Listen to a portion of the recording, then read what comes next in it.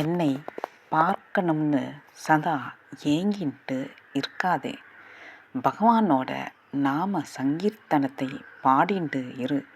உங்க அகத்துல பூஜை பண்ண நானே வருவேன். பெரியவா கனவில் அந்த பக்தரோட அகத்துக்குள்ளே எழுந்தருளியுள்ள மகா பெரியவா அவ்வாளை பார்த்து, என்ன சொப்பனம் மாதிரி இருக்கா அப்படின்னு கேட்டதும் தடார்னு அவர் திருவடியில் விழுந்து நமஸ்காரம் பண்ணிண்டா ரெண்டு பேரும். சோழவரம் வாத்தியாரின் மனைவி கனவிலே சொன்னது. மேலே கட்டுரையாளர் பி. ராமகிருஷ்ணன், தட்டச்சு வரகுரான் நாராயணன். நன்றி. குமுதம் பக்தி ஒரு பகுதி. சோழவரம் பக்கத்தில் ஒரு ஊரில் பள்ளிக்கூட வாத்தியார் ஒருத்தர் இருந்தார். மகா பெரியவாளோட மானசீக பக்தர் அவர். அவரோட ஒய்ஃபுக்கும் பெரியவா தான் எல்லாமும். மகா பெரியவாளோட பேரை சொல்லாமல் அவருக்கு ஒரு நாளும் முடியாது. அவளுக்கு மனசுக்குள்ளே ஒரு ஏக்கம் இருந்தது.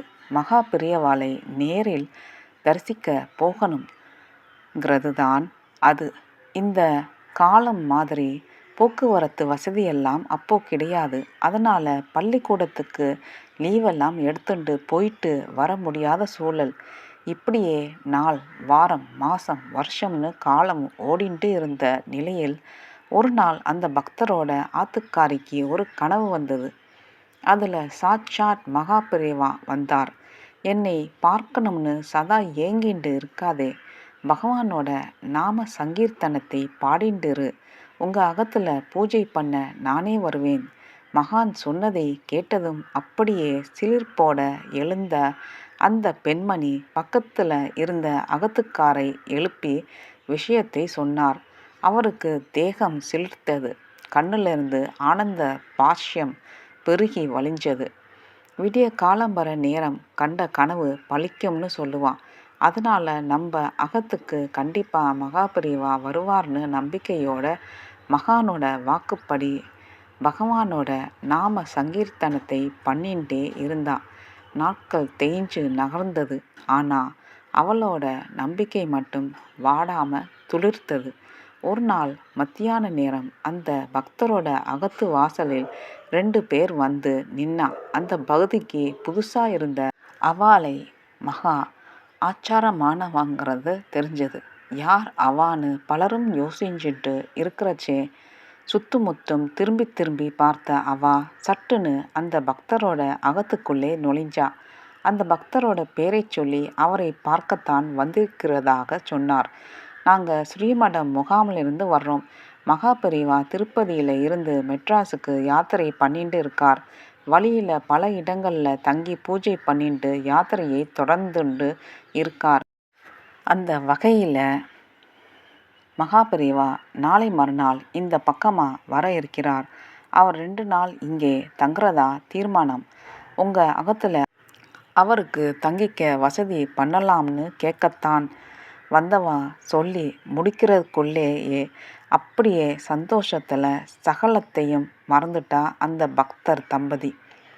பெரியவாளோட திருவடி எங்கள் அகத்தில் படறதுன்னா அதுக்கு நாங்கள் எத்தனையோ பிறவிகளில் புண்ணியம் பண்ணியிருக்கணும்னு இதோ இந்த க்ஷணமே எங்கள் அகத்தை உங்ககிட்ட ஒப்படைச்சிடுறோம்னு தழுதழுப்பாக சொன்னான். மகா பெரியவா அங்கே வரப்போகிறதும் 2 நாள் தங்க போகிறதும் ஊர்க்கார எல்லோருக்கும் தெரிஞ்சுது.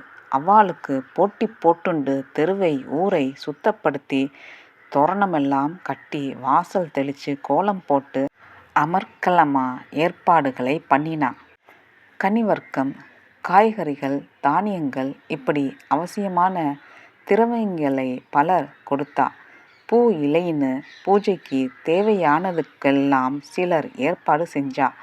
மகா பெரிவா அந்த ஊருக்கு வந்தப்போ ஏராளமானோர் திரண்டு வந்து பூரண கும்ப மரியாதை கொடுத்து வரவேற்றா. எல்லோருக்கும் ஆசீர்வாதம் பண்ணிண்டே அந்த பக்தரோட அகத்துக்குள்ளே எழுந்தருளின மகா பெரிவா அவாளை பார்த்து, என்ன சொப்பனம் மாதிரி இருக்கா அப்படின்னு கேட்டதும் அப்படியே தடால்னு அவர் திருவடியில் விழுந்து நமஸ்காரம் பண்ணிண்டா 2 பேரும். பகவானோட நாம சங்கீர்த்தனத்தை சொன்னா கலியுகத்தில் கை மேலே நற்பலன் கிடைக்குங்கிறதுக்கு அந்த பகவானோட அம்சமாக விளங்கின மகா பெரியவா நடத்தின திருவிளையாடல்னே இதை சொல்லலாம் இல்லையா? ஹரஹர சங்கர ஜெய ஜெய சங்கர, ஹரஹர சங்கர ஜெய ஜெய சங்கர, ஹரஹர சங்கர ஜெய ஜெய சங்கர.